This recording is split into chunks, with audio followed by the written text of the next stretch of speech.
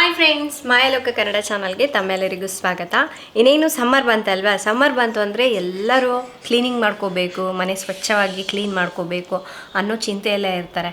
ಆದರೆ ಕೆಲವೊಂದು ಕಿಟಕಿಗಳಲ್ಲಿ ಆಗಿರಬಹುದು, ಅಂದರೆ ಕಿರ್ಕಿರ್ ಅನ್ನೋ ಶಬ್ದಗಳಾಗಿರ್ಬೋದು, ಅಥವಾ ಕೆಲವೊಂದು ವಸ್ತುಗಳು ತುಕ್ಕು ಹಿಡ್ದಿರೋದು, ಮತ್ತು ಈ ವಾಟರ್ ಸ್ಟೇನ್ ಅಂದರೆ ಉಪ್ಪು ನೀರಿನ ಕಲೆಗಳೆಲ್ಲ ಇರುತ್ತಲ್ವ, ಸೊ ಅದೆಲ್ಲ ಎಷ್ಟು ಕ್ಲೀನ್ ಮಾಡಿದ್ರೂ ಹಾಗೇ ಇರುತ್ತೆ. ತುಂಬ ಕಷ್ಟಪಟ್ಟು ಕ್ಲೀನ್ ಮಾಡಬೇಕಾಗತ್ತೆ, ಅಷ್ಟು ಈಸಿಯಾಗಂತೂ ಆ ಕಲೆಗಳೆಲ್ಲ ಹೋಗೋದಿಲ್ಲ ಅಲ್ವಾ. ಸೊ ಇದೆಲ್ಲದನ್ನ ಕ್ಲೀನ್ ಮಾಡುವುದಕ್ಕೆ ನಾನೊಂದು ಈಸಿ ಸೊಲ್ಯೂಷನ್ನ ತಿಳಿಸ್ಬೇಕು ಅಂದ್ಕೊಂಡಿದ್ದೀನಿ. ಅದುವೇ WD-40. ಇದು ಒಂದು ಮಲ್ಟಿಪರ್ಪಸ್ ಸ್ಪ್ರೇ. ಅನೇಕ ಥರವಾದ ವಸ್ತುಗಳನ್ನು ಕ್ಲೀನ್ ಮಾಡುವುದಕ್ಕೆ ಮತ್ತು ಪ್ರೊಟೆಕ್ಟ್ ಮಾಡುವುದಕ್ಕೆ ಇದನ್ನು ಬಳಸಬಹುದು. ಇದರಿಂದ ತುಕ್ಕು ಹಿಡಿದಂತಹ ವಸ್ತುಗಳನ್ನು ಕ್ಲೀನ್ ಮಾಡಬಹುದು.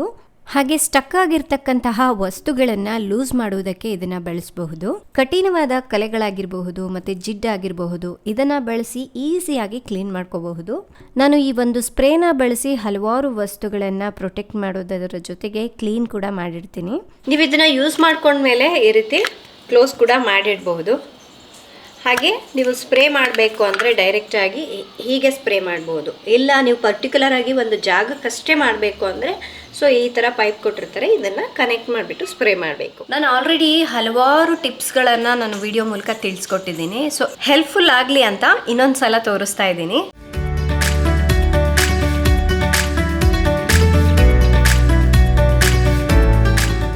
ಮನೆಯ ಮುಂದಿರುವ ಗೇಟ್ ಈ ರೀತಿ ಕಿರ್ಕಿರ್ ಅಂತ ಶಬ್ದ ಬರ್ತಾ ಇರತ್ತೆ, ತೆಗೆಯುವಾಗ ಹಾಕುವಾಗ ತುಂಬಾನೇ ಡಿಸ್ಟರ್ಬ್ ಆಗ್ತಾ ಇರತ್ತಲ್ವಾ. ಎಲ್ಲೆಲ್ಲಿ ಈ ರೀತಿ ಶಬ್ದ ಬರ್ತಾ ಇರುತ್ತೋ ಆ ಜಾಗಕ್ಕೆ WD-40ನ ಈ ರೀತಿ ಸ್ಪ್ರೇ ಮಾಡಬೇಕು.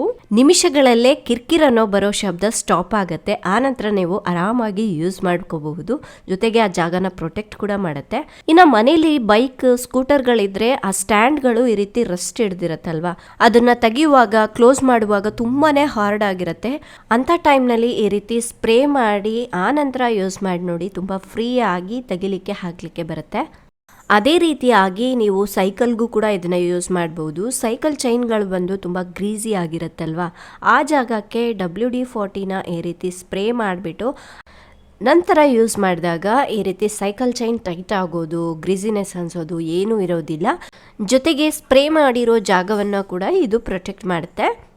ಇನ್ನು ನೆಕ್ಸ್ಟ್ ಬಂದು ಕೆಲವೊಂದು ಐರನ್ ವಸ್ತುಗಳಿಗೆ ಈ ರೀತಿ ಪೇಂಟ್ ಮಾಡಿದ್ರೂ ಅಲ್ಲಲ್ಲಿ ಈ ರೀತಿ ರಸ್ಟ್ ಹಿಡ್ದಿರತ್ತೆ, ಅಂದರೆ ತುಕ್ಕು ಹಿಡ್ದಿರತ್ತೆ.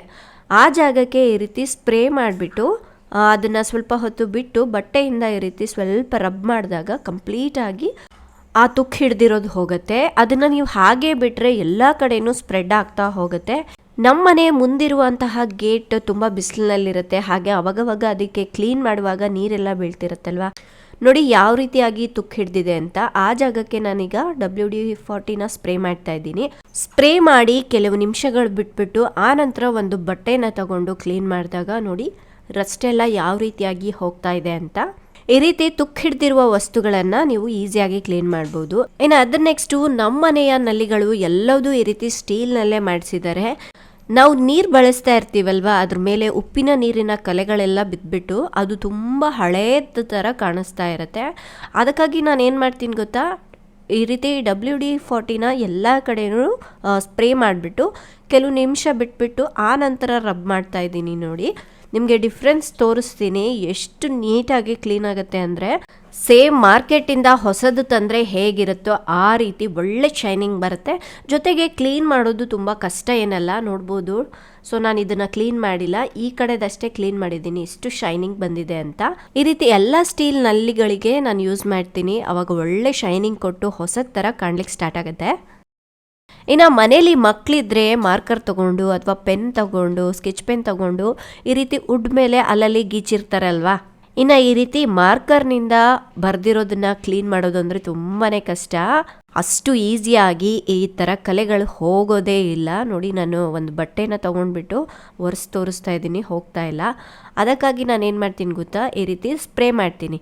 ಎಲ್ಲೆಲ್ಲಿ ಮಾರ್ಕರ್ ಅಥವಾ ಪೆನ್ನಿಂದ ಬರೆದಿರ್ತಾರೋ ಆ ಜಾಗಕ್ಕೆ WD-40ನ ಸ್ಪ್ರೇ ಮಾಡಬೇಕು. ಸ್ಪ್ರೇ ಮಾಡಿಬಿಟ್ಟು ಕೆಲವು ನಿಮಿಷಗಳು ಹಾಗೆ ಬಿಡಬೇಕು.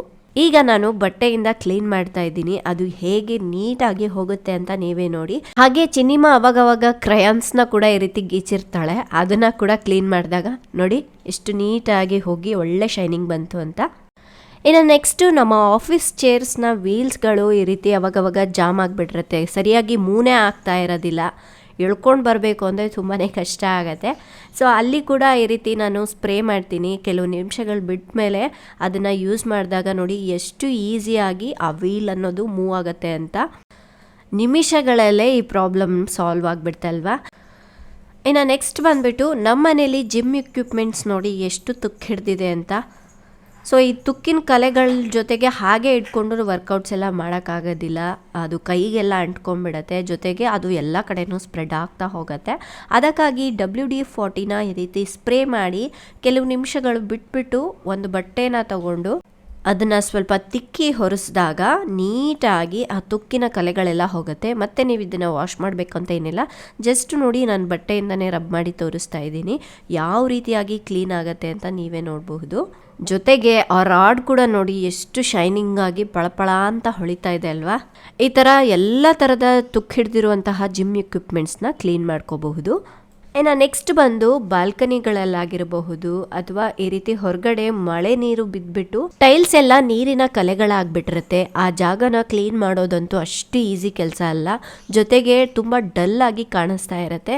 ಆ ಜಾಗಕ್ಕೆ ನಾನು ಈ ರೀತಿ WD-40ನ ಸ್ಪ್ರೇ ಮಾಡಿಬಿಟ್ಟು ಒಂದು ಹಳೆ ಬ್ರಷ್ ತಗೊಂಡು ಉಜ್ತಾ ಇದ್ದೀನಿ. ಆ ನಂತರ ಬಟ್ಟೆಯಿಂದ ಕ್ಲೀನ್ ಮಾಡಿದಾಗ ನೋಡಿ ಟೈಲ್ಸ್ ಮೇಲೆ ಈ ಕಲೆಗಳೆಲ್ಲ ಎಷ್ಟು ಈಸಿಯಾಗಿ ಹೋಗಿದೆ ಅಂತ ನೋಡಿ. ಡಿಫ್ರೆನ್ಸ್ ನೋಡ್ತಾ ಇದ್ದೀರಲ್ವಾ, ಈ ಟೈಲ್ಸ್ನ ನಾನು ಕ್ಲೀನ್ ಮಾಡಿದ್ದೀನಿ, ಪಕ್ಕದ ಟೈಲ್ಸ್ ಎಷ್ಟು ಡಲ್ ಆಗಿದೆ ಅಂತ. ಫ್ರೆಂಡ್ಸ್ ನೋಡಿದ್ರಲ್ವಾ, ಬರೀ ಈ WD-40 ಎಷ್ಟೆಲ್ಲ ಕೆಲಸಗಳಿಗೆ ಹೆಲ್ಪ್ ಆಗುತ್ತೆ ಅಂತ. ಸೊ ನಿಮಗೂ ಕೂಡ ಈ ಪ್ರಾಡಕ್ಟ್ ಬೇಕು ಅಂದರೆ ನಾನು ಕೆಳಗಡೆ ಡಿಸ್ಕ್ರಿಪ್ಷನಲ್ಲಿ ಲಿಂಕ್ ಕೊಟ್ಟಿರ್ತೀನಿ. ನಿಮಗೆ ಅಮೆಝಾನಲ್ಲಿ ಈ ಪ್ರಾಡಕ್ಟ್ ಸಿಗುತ್ತೆ. ಸೊ ಪ್ರತಿಯೊಬ್ಬರ ಮನೆಯಲ್ಲಿ ಈ ಥರ ಒಂದು ಪ್ರಾಡಕ್ಟ್ ಇತ್ತು ಅಂದರೆ ನಮ್ಮ ಕೆಲಸಗಳಂತೂ ತುಂಬ ಈಸಿಯಾಗಿ ಆಗುತ್ತೆ. ಸೊ ನಿಮಗೆ ಇವತ್ತಿನ ವಿಡಿಯೋ ತುಂಬ ಯೂಸ್ಫುಲ್ ಆಗಿದೆ, ಇಷ್ಟ ಆಗಿದೆ ಅಂದ್ಕೊಳ್ತಾ ಇದ್ದೀನಿ. ಇಷ್ಟ ಆದರೆ ಲೈಕ್ ಮಾಡಿ, ಆದಷ್ಟು ಈ ವಿಡಿಯೋನ ಎಲ್ರಿಗೂ ಶೇರ್ ಮಾಡಿ. ನಾಳೆ ಇನ್ನೊಂದು ಹೊಸ ವಿಡಿಯೋದೊಂದಿಗೆ ಮತ್ತೆ ಸಿಗ್ತೀನಿ. ಅಲ್ಲಿವರೆಗೂ ಟೇಕ್ ಕೇರ್, ಬಾಯ್.